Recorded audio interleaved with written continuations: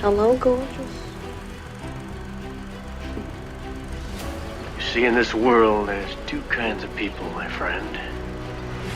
Be afraid. Be very afraid. You're tearing me apart! On your butt.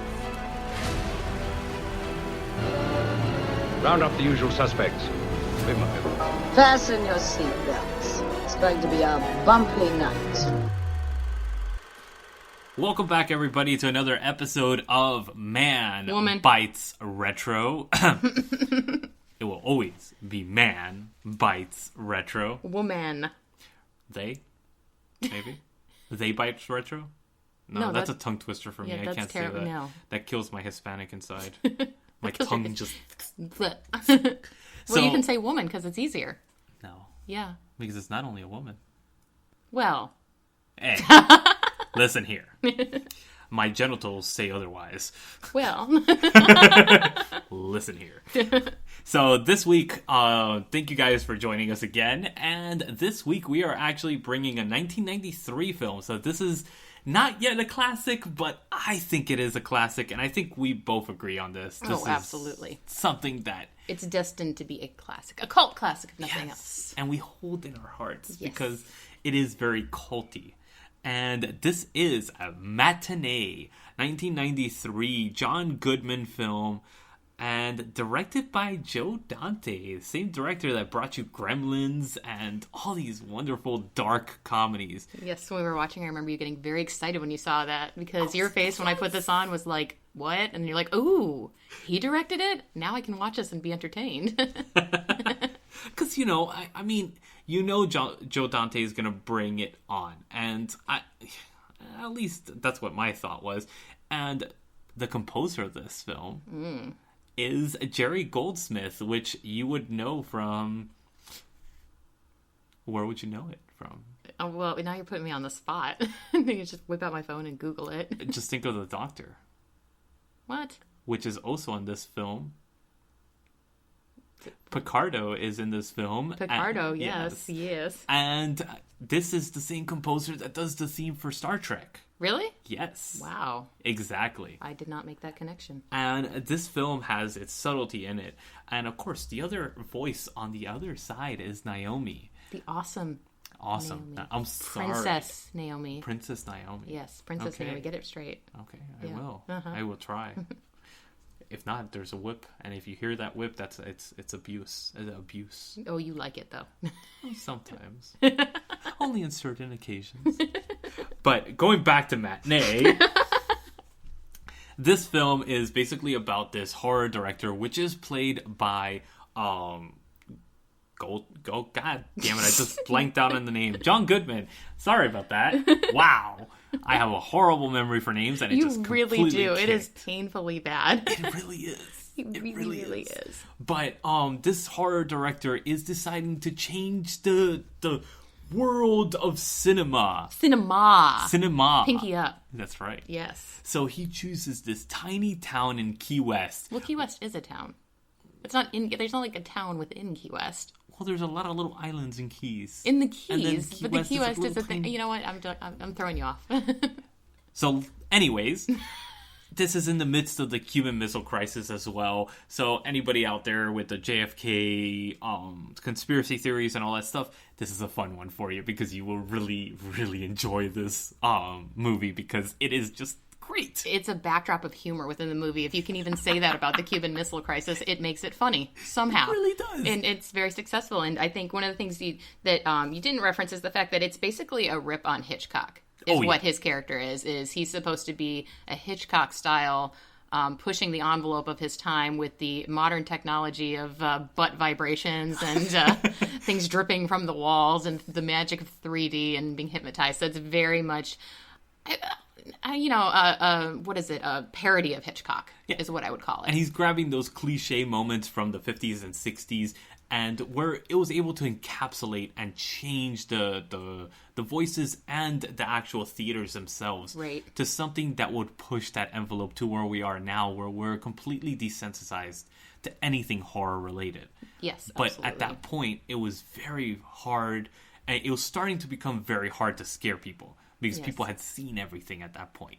Well, but I think what it is it's that, and, a big part of it is the fact that the Cuban Missile Crisis is going on, so people were in panic mode already, and a big part of this movie is the fact that he was playing into that panic of, I want to be scared and I want to scare you. But it's also, what I think one of the cool things about this, kind of from a sociological point of view, is the fact that it humanizes the Cuban Missile Crisis. This is about high schoolers. High schoolers who really don't give a damn. They have a peripheral knowledge of what's going on, but it's not like those other movies where you're seeing it from Kennedy's perspective or the government, and it's very political. It's not big world's perspective. This is high schoolers who don't understand, and their biggest concern is whether or not they can go to the monster movie on Saturday. They're not thinking about the end of the world as a serious threat, or if they are, they're sitting there with the jackets over their head like that's going to do a damn thing in their hallway. Hide under the desk. So I think that's one of the really cool parts about this movie, and it's a very light comedy. It's not serious. It doesn't take the Cuban Missile Crisis seriously at all, but it's back there. You see the army men in the background preparing, and you get these kids who literally just don't give a shit. They're like walking around the beach going, hey, look, it's a tank. I mean, I think that's so cool because it's very true to how high schoolers are in a crisis. They just don't give a damn. They don't understand the scale of it. They don't, but you've got the adults in the background who do, which is really cool because they don't reference it a lot, but you can see that, and it's for the type of comedy it is, it's actually got a lot of subtle nuances in it where you see the panic in the adults, and you got these kids who just, their focus is on the monster movie and their relationships, and even Gene, the main character in this movie, apart from John Goodman, who I'm blanking on who plays him, but, his focus, he lives on the base, his dad is directly impacted by this, and his focus is on his crush, this girl that he's gotten enamored with, and that to me is great because it's so real. Yeah. Like, this is what high schoolers are, and they have not changed. Yeah, exactly. And that's also another thing that's going to make this timeless, because this is a period piece that takes place in the 60s. It falls into that so well. Yes. And I think it does such a great job of making it feel authentic.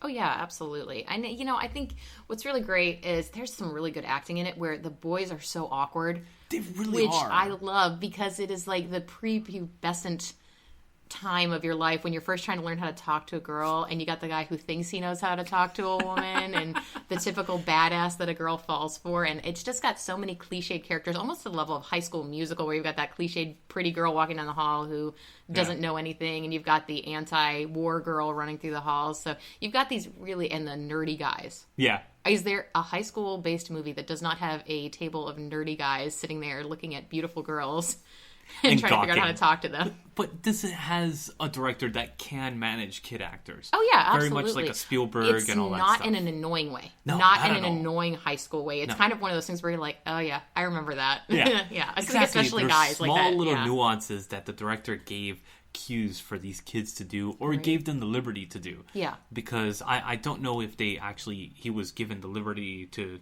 allow these kid actors to do what they actually felt or what they saw at the time. Yeah. But it felt very much like that. And given the situations that were playing out, it was very interesting how the kids reacted to each situation. Well, it was. And what I thought was actually really, really interesting is especially the girl, what is her name? Cassandra, I think, is the girl that Gene was interested in it. And she's, Sandra. Sandra. Sandra or Sherry? No, Sherry was the girl who liked coral and wore pink all the time. Yes, she was the other girl. And if you bring her up, that's basically what I'm talking about, the contrast. It's obvious that Sandra is very well versed in the political climate and what's going on, and an obvious anti-war advocate, but clearly very cerebral and intellectual, and that's who Gene gravitates towards. And then you've got these other kids who are basically out of any kind of popcorn flick that you could say for teens, where they don't really think about that. They're talking about like fondue parties and going to look at coral and all of that, and it's a really cool dynamic because I think you do have those very cliched characters, but they're so relatable, so much so, because you also see Sandra, even though she is very cerebral and well above her peers in her knowledge base, she's a brat. Yeah. I mean, she really is. Like, and I love that. See those flaws, yet you also admire the flaws because they're completely portrayed in the film. Yeah. And then you find the adult cliches. Oh, absolutely. Like Howard, the what do you call it, the theater runner, the one that's played by Robert Picardo. And that is hilarious. He's this eccentric, completely over-the-top OCD level. With his bomb shelter. Yeah, exactly. He's got it all timed out to the minute with his little radio that he keeps the whole time. He has war it news. timed down. Yeah, he's that crazy guy that used to walk down the block with a radio and wave at people and say hi to people. That's the kind of personality this guy can we is. just take a moment to appreciate how genius this actor is 100%. in general? I mean, like, my major reference for him is obviously Star Trek Voyager when he was the Doctor, and the no-name Doctor all the way through that series, and he was brilliant in that. But in this movie, it's like if the Doctor was a person, this is who the Doctor would be. This is exactly who he would be. 100%. But he's one of those actors where there's so much in just their facial expressions. They don't have to say anything. Their face says it all.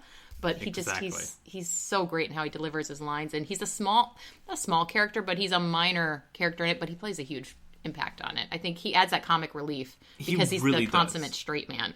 Yeah. Because he takes himself so seriously. So serious. Oh my god. And their interaction with Goodman, that he is this car salesman. Yes. He is very much like the character from Barton Fink that he Yes. plays. He is that car salesman that's traveling all over the country and could sell your mother used titanium for no purpose whatsoever. Right. But he will do it because he will find a way. And can we just take a moment to appreciate the sub-movie within the movie? Oh, it's so great. Man, I love it. I love it. It is a stereotype of the time. It really is. And I love the fact that they also have that other Disney-esque flick with the runaway shopping cart. No, the shook-up shopping cart. Yeah. And it's just you have all these sub stories within it. But the story of Mant, for anyone who hasn't seen it, it's a really cliched, kitschy movie about a man who gets bitten by an ant and turns into a giant ant.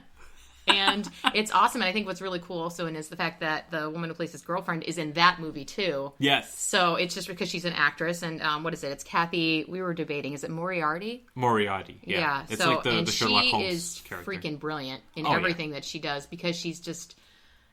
She's that ultimate ice bitch, resting bitch face woman, that I aspire to be too. I really do. She's in the nurse outfit. The nursing outfit. She is so great because she's like... Her face says it all. That naughty nurse outfit has come up before. It really has. It really has. You could tell she had to clean that multiple times. Yes, but we won't go there, yes. Right. Going back to the shopping cart movie, actually, there's a famous actress that comes out in that shopping cart movie, and that's Naomi Watts. Really now? Yes. Oh, okay. So I was like, we're strolling through the cast names, and we're like, what? Naomi Watts? What the hell?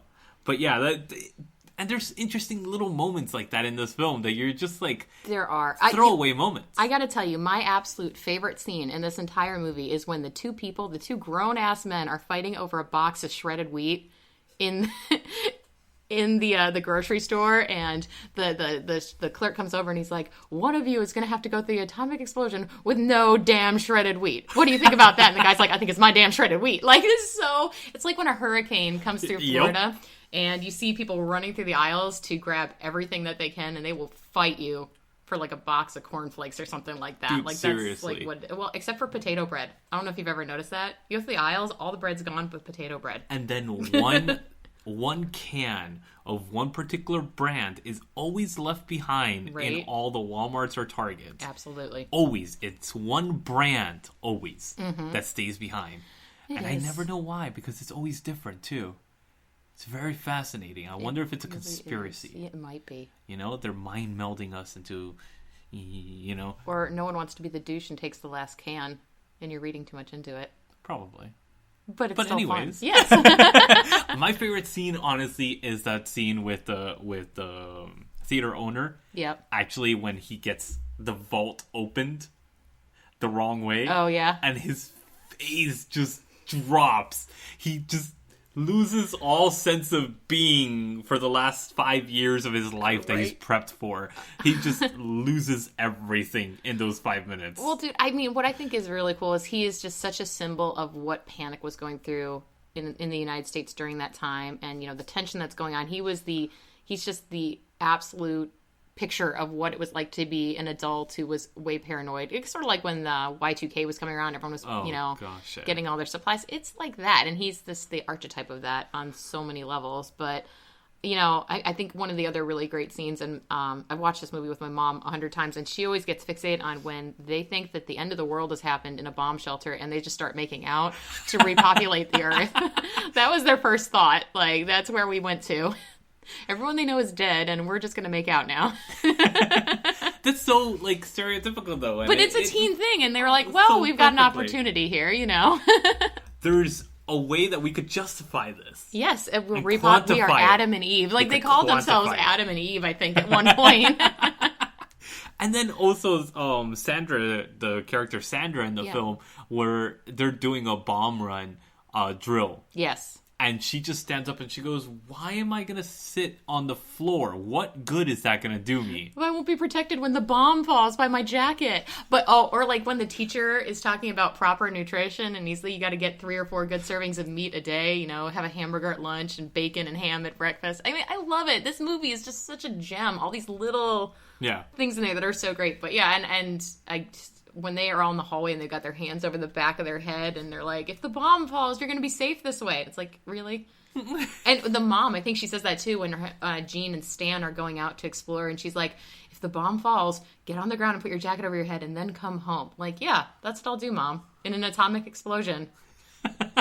It's such a mom moment. It's that naivete that they had in this film, and you always wondered if there was one asshole that actually stood up and said, "What the fuck are we doing?" Yeah, you gotta wonder. And I would have been that asshole. Like, why? I can completely see that. I really can. Because I remember like the tornado warnings and all that stuff in school here in Florida, right? And they would do the same thing, duck under the chair. I'm like, why am I gonna duck under the chair? I would go into the hallway that's more protected. Yeah. Why would I go in the room that has windows right next to it and it will freaking blow a cow through the damn window because I had just seen Twister. So that's the first thing that ran through my head. I'm like, I don't want a cow on top of me. Wayward cows running around the world. Exactly. Yeah, okay. Or going through windows, randomly. And then I have a cow on me and my name's Lacau. You were in Miami, so wouldn't it be more like a rooster? Very well could be. There you go. I didn't see a lot of cows wandering on the streets of Greater Miami, but I wasn't raised there, so. Hey, Twister got me all paranoid. Brandon, with the you got to cows. tell me if there are cows running around Miami. There are cows. There are cows. I did not especially see in Homestead. cows. I did not see cows. I saw roosters. You got to go out to the Redlands. And clowns. There are clowns in Miami. She means that, like, actually, literally. It's not figuratively, boys and girls. It is literally. So, anyways, what are your final thoughts on this? What is your personal favorite aspect of this? Why should people actually watch this?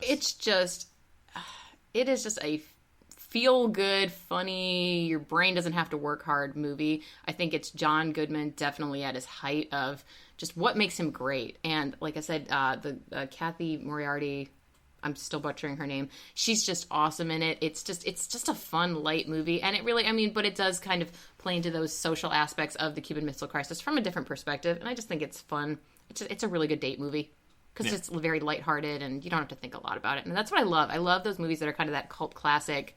You can enjoy it and you can watch it multiple times and it's still enjoyable. I think that's the biggest thing. It's still funny. I agree with you. And you get multiple things the more you watch this movie, I think.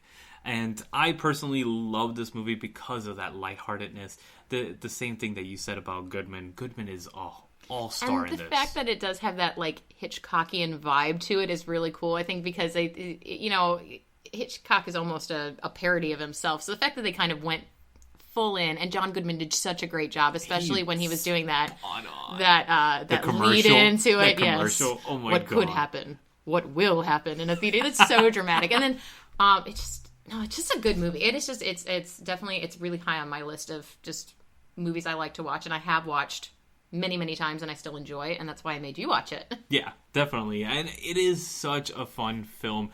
It is Goodman at his best, but it's Goodman doing Goodman. It's Goodman doing that kind of character that he does in Big Lebowski, this over-the-top, or Barton Fink, that he's doing this over-the-top used salesman pitch. But this role was made for him, what it is. This absolutely 100%. Plays into his strengths of that used car salesman and that over dramatized way that he does things, like that part where he's talking about the first movies and the caveman, and that's the beginning of movies. But it's so great, and it's actually really true. I mean, it absolutely is very deep and perceptive about human history. Oh, yeah. And, make the teeth bigger, make the eyes scarier. You're telling a story, and I love that. I freaking love that they do that, because he does have a lot of depth to his character, even though he is very lighthearted and just completely ridiculous. He really is, but this is a film for a film lover. If you love movies, if you love film history, this is a movie for you, because it plays a lot of nuanced things for a film lover. Well, I think it sounds like you're alienating. I think it's a movie for anyone who just loves, just those light comedies. I think you can appreciate it even without. I think you'd appreciate it more if you had that background. Yeah, that's what I'm saying. In film, but I think that anyone can enjoy it. It's very approachable. It's not dry, and it moves really fast. It really is does. not a film that drags at all. At all. There is not a moment. There's no fat on this film. No. It is literally lean as hell, and every moment. I think the runtime is only an hour and 40 minutes. So it doesn't even feel like it. It feels like maybe an hour. It's super short. Yeah. It runs really quick, and it is split into two parts. You are going to feel that transition to the second half of the film. Oh, yeah. Because it does have a little bit of a drag in that moment. Mm-hmm. But it's needed for the rest of the film to feel that. Well, I think it almost has an intentional feel, like, of movies of that time, where there is that kind of rocky, okay, we need to sum this up now, so we move to this dramatic third act. Yeah. And I think it's almost kind of intentional that you have this major switch where the tone of the movie changes entirely, especially with this theater falling apart. Yeah. And it goes from this lighthearted comedy to this epic disaster happening, and it's it like is... Joe Dante said, it is a little uneven. It is a little uneven when it switches to that, but I think that plays into what they were going for, the panic and all of that time. I think it works well. It works well, and the transition isn't that abrupt. It's more about the fact that it comes out of left field suddenly. Yeah, well, and it's like all of a sudden everyone gets very mature. Yeah. Especially Gene, who is kind of like this, doughy-eyed kid all the way through it, and then all of a sudden he's got this dramatic moment of saving his little brother and all that. So I mean, you got to understand that it is only it has to be done in less than 2 hours. Oh, it does, yeah. So, but I do love when they run out of the theater. Just as a final point, when they run out of the theater at the end, and they're all hugging. Then the two guys are hugging, and he's like, "Get off of me! What are you doing?" I love the little poem that this guy reads. That just tomorrow is a knife. Tomorrow's a big knife. Road. Anybody that's been to poetry slams and stuff like that, and some of those cringy poets that go and you're like, do something else, please. Or that moment when Sherry is walking with Stan and she's like, he was a poet, do you want to hear some of his poetry? And he's like, yeah, maybe later. Like that facepalm moment of, no, I'm good. I really don't need your ex-boyfriend's poetry right now. Yeah, right? It's just, it's this weird, interesting aspect. And you don't see characters like that in other films, You really don't. And I like the fact that, again, the characters are, they steered into the cliche of the characters. And I think that's a strength of the movie, actually, rather than, trying to give them depth and all of that. A lot of these are very vapid characters, but that's what makes them awesome.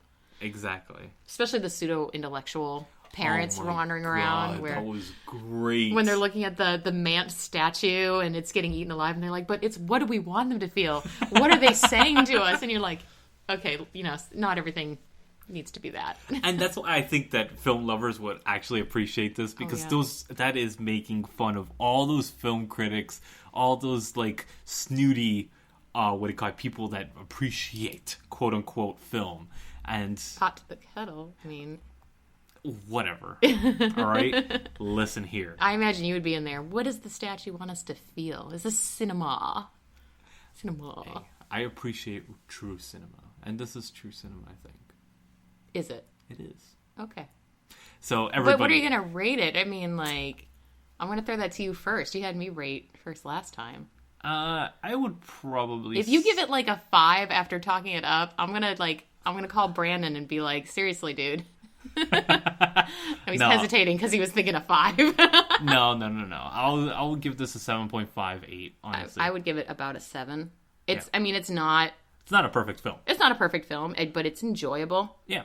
I mean, it's fun. And it has this little random plot hole, so don't think that there isn't. But turn your brain off when you're watching this. Enjoy it for what it is. Enjoy it, and especially if you like Hitchcock, I think you would especially like this movie because it is such a rip on it. Yeah, you know, but I think it's just because it's like it's playing into that. Yeah, you're gonna enjoy it. Also, the Spielberg-esque feel. There's a lot of kid interaction that feels very Spielberg-esque. And they are true kids. It's not like now where you've got people in their 30s playing high schoolers. No. They are true kids, and they reflect the awkwardness of that time. 100%. So, thank you, Naomi, for joining. For Woman Bites Film. Man Bites Retro. Woman Bites Retro. Uh-huh. Yeah. No. Get the name of the retro. Show right. They, maybe? Not they. No? Woman. We Bite Retro? We.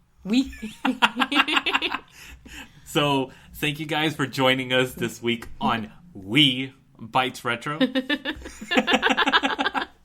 And again, the movie is Matinee. It is actually streaming on Stars, so if you have Stars, then you're able to watch it.